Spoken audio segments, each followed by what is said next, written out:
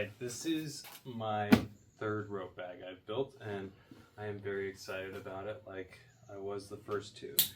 So what makes this one different? We have this kind of dry bag material, but made for a non-dry application.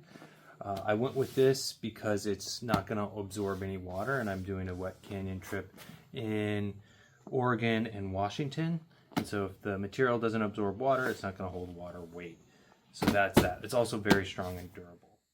This is the prototype for my third rope bag. I'm going to be putting 60 meters of pink line in here to test this out. And I'm building this a lot like a haul bag with two sides. So let me take off these clips and talk about the construction so far. So this is what the outside of the bag will look like, but on the inside, we pinched our seam like that, and then we put a piece of 1-inch flat webbing on either side of it, sewed it 5 times. So once we just sewed it together before the flat webbing. The second time we sewed it with the flat webbing, and we did 3 passes with the zigzag stitch. So that gets us to 5. Actually, there's 7 stitches here. And then we folded it over and sewed it 2 more times, passing through several layers of material. That, when you look at the thread here, you can see that it's just too much for the machine, and you're not getting good thread tension. So I'm not going to do that again. But you find your limits by pushing them. On the edges, on one side this is NRS blue webbing that they use in their straps, so it's flat on both sides as well. And then the same black webbing for the seam there is on the other side. So different colors. We'll do a series of grommets, probably 1, 2, 3, 4 in the middle to allow it to drain, and then 1, 2, 3, 4, 5, 6 on either side. These will probably be 1/2-inch grommets. These will probably be 1/4 inch, and the 1/4 inch ones will have cord to allow the bag to close from both sides. And so yeah, that's where we're at and where we're going. This is a material that is hydrophobic, meaning water will not hold, it won't hold any water weight, and that's another thing you want for wet canyons. So I think this will work in all canyons, but it will get its testing in some wet canyons in the Pacific Northwest. And that's the start of this new rope bag. The specific name of the material is 18-ounce PVC vinyl coated polyester. So you have a polyester weave that's coated in PVC, and that makes it so that water doesn't get into it. What we're doing here is we're punching holes with a hole punch with wood underneath for our grommets. And so we're doing 1/4 inch grommets and then like a 1/2-inch grommet, but mostly 1/4 inch grommets on either end for our rope, P-cord rope closure on either end of the rope bag. Truth be told, I didn't know you were supposed to hole punch grommets until I did a lot of grommets. Alrighty, so we now have all our grommets. We did them 3 inches apart for the top and the bottom closures of the rope bag. And then we got the bigger grommets in the center for drain holes, 2 of those. And now we're ready for our next step. Now that we have our grommet holes in place, we can cut our loops on either end of the bag that we're going to use to attach the bag when it's hanging vertically, and then our strap attachments for when it's hanging on our shoulders. And then we're going to sew each one of these with the same sort of pattern as before, 3 to 5, minimum of 3, but ideally 5 passes of the stitch, whether that's a straight stitch or a zigzag. And in this case, I'm going through the tubular webbing, so that's 2 pieces of fabric, 2 pieces of flat webbing, so another 2 pieces, and then the 18-ounce PVC coated polyester, a thick piece of fabric. So you add all that together, it's pushing this machine really hard. It's hard to get the thread tension tight on the bottom side, but we're doing it, and it's a prototype, so it's going to be okay, and it's really going to be super good enough. Getting all these straps on took a long time, and that's just how it is when you make your own gear, so we roll with it. Now that all the straps are on, we can go ahead and sew the bag together so it can get its final tubular shape. And this is our last seam, and just like all our seams, we're going to do many passes because when we tested our original rope bags, the seams blew out with just a couple passes. The idea is these seams will never blow out. Like, you could drop this thing off El Cap and the seams wouldn't blow out. The fabric might break, but not at a seam.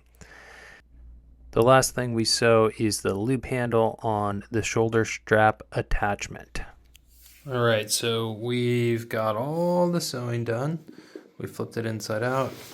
So we just did our handles on both sides, different color webbing on each side.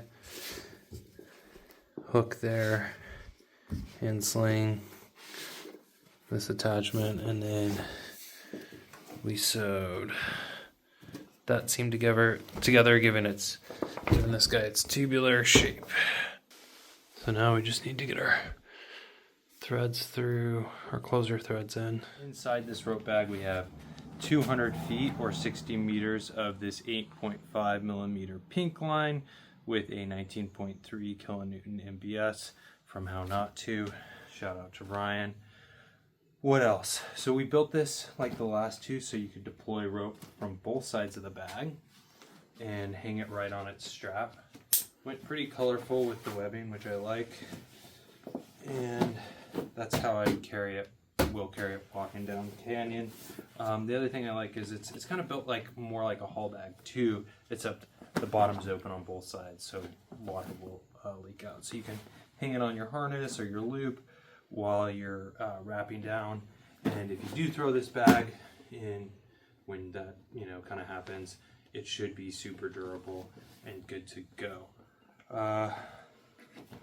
On one side we have the yellow tubular webbing, and on the other side we have orange, so everything is different colored. This side is also this 1-inch flat webbing, which is like an NRS strap material, and this side's black. So just distinct contrasting color codes, which help you remember if you're trying to deploy rope from one side of the bag on one rappel and rope from the other side of the bag on the next rappel. That way you can share, say you want to evenly wear either end of the rope as you rappel on it, you could do that in that way, or evenly put twist on either end of the rope as you run rappel devices through it. You could do it that way. What else? We got drain grommets here and here for the middle of the bag, so if you're holding it, it should drain out there. And then a little bit on the stitching. So in my first models, I actually ran into some issues with blown out seams, and I had to go and effectively rebuild those seams. In theory, these seams will be stronger than the material itself. And so just talking a little bit about their construction, we have two seams on the inside. This seam has so many rows of stitching. So it's got 4 rows of stitching, 3 zigzag, 1 straight, just holding the material together, and then it's folded over and we got 2 more rows of straight stitching. So 7 seams on that guy. And this one is more of the same. Everything has a minimum of 4. And so this has 5 rows of stitching there. And then all the attachments, on the edge where we made an edge seam with just 2 flat pieces of webbing, we did 3 seams. So the seams should never, ever, ever blow out on this. The seam should be stronger than the fabric, and that's what I'm going for. For the closures, same as on the last one, different color, simple P-cord that you can just pop like that. I need to put some barrel knots in this one, but that's going to allow me to just open this bag, take out my bowl end, and deploy rope. I think the simple closure is good. I don't think you need a lot of fabric here or anything fancy with zippers that are going to fail, or buckles that are not going to take impact well. Speaking of buckles, we went from the cam strap style buckle on the first one to this much lighter hook style buckle. So if you ever need to de-hook, and then this has got a great handle on it that you can just ratchet that strap through. make it longer or shorter. So yeah, that's the rope bag. I'm stoked about it. And I think what most excites me about projects like this is that this is not really something you can buy. It's a niche product. There's not really a lot of options in the marketplace, and certainly not any cheap options. So it kind of does feel like I'm building something that doesn't exist here. Overall, the weight on this is, with the rope in it, it's about 8.5 pounds. So, and this is, as I said, 60 meters of rope. Thanks for watching. We'll see you around.